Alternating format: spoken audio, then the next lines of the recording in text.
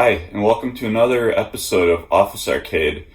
Today you can see that the Street Fighter 2 cab isn't on because it is mod day.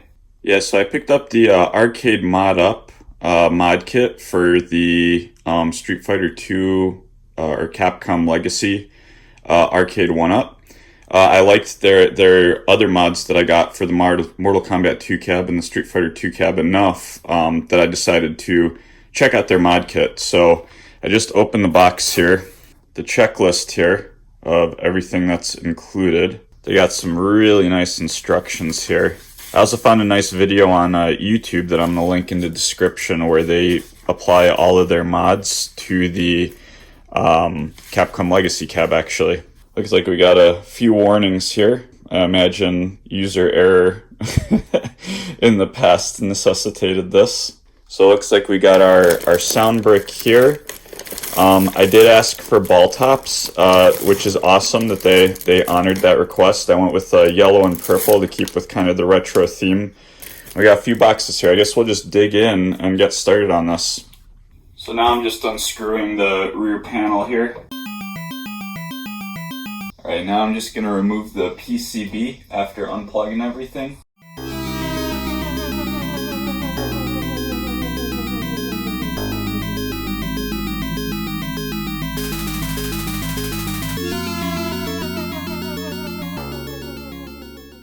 Alright, now I'm just going to take the control panel, the Arcade1Up control panel off.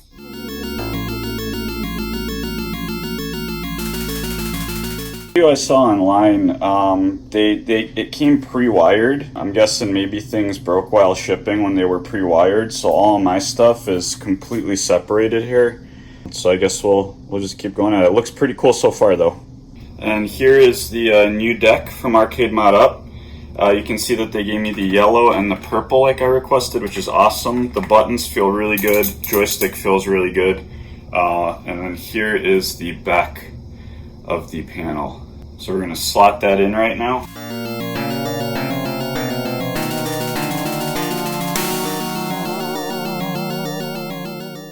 Feels like the plexiglass is a little bit thicker than the original one, or whatever this protective covering is. So it comes up a little bit over the edge like the Mortal Kombat one now. You know, I got used to it on the Mortal Kombat cab, so it won't bother me on this cab.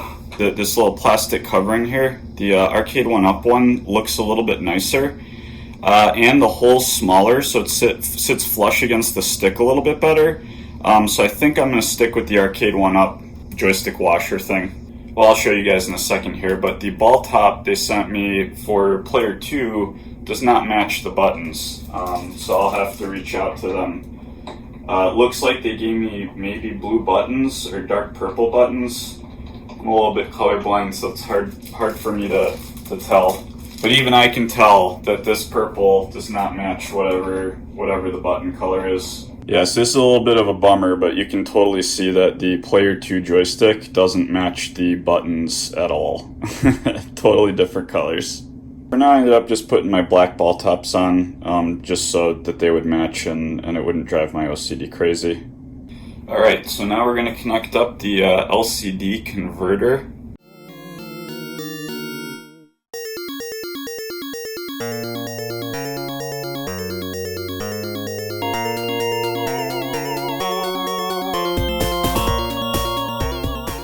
Here's a quick look of where we're at after step 1. And then down here we got the deck. Okay, now I'm just mounting the amp where it's gonna live.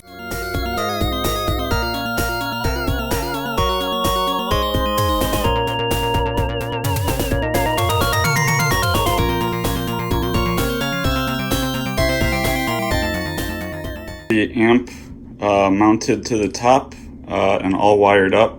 The red and white wire barely reached each end, so hopefully the sound's going to be okay once I fire it up. Alright, I just bolted the Raspberry Pi in there. I just took off one monitor screw and used that same slot to pin the Raspberry Pi into position. Alright, so now I'm going to plug USB 0 and USB 1 in, which are player 1 and player 2 respectively. So it looks like 2 of my wires were sent disconnected by accident, so I'm gonna have to plug that up as well. So I'm gonna start setting up the wires to run out of this panel here.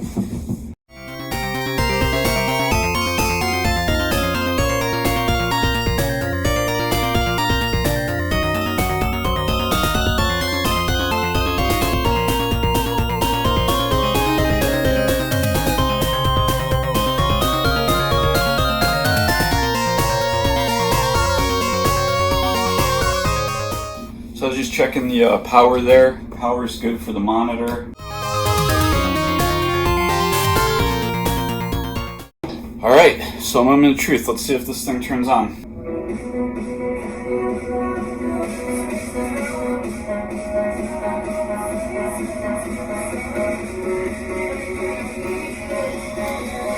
Looks like it's working. Player 2 doesn't seem to be working. Alright, so it turns out that those 2 loose wires in the one deck for player 2, they were necessary, and that's why player 2 wasn't working in games. I did plug those back in. I reopened the back, I plugged those back in, and then up top I added a normal surge protector if I want to shut it down. I can shut the system down. And then I can power down all the lights and the sound and everything with one switch. And if I want to start playing again, I just gotta flip this switch here, and everything should come back. And there we go. So now I'm just going to go back in the back, clean up some of the wires, seal the panel, and then I'll show you guys a shot of how it looks all cleaned up. That's how the top turned out here. This still does the trick and gives me the ability to switch the entire thing on and off with just the one switch. So mod's all done. Too many decisions now. Let's go with X-Men Arcade since pre-orders just happened on those. But yeah, gameplay is great. Controls feel great. The emulation on this feels way better than the Pandora's Box if you saw my Pandora's Box review. This time I'm going to try to play with 2-player, just make sure that everything's working fine there still.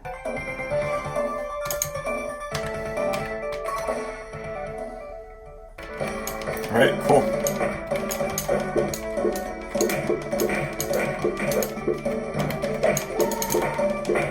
I'm awful at this game now.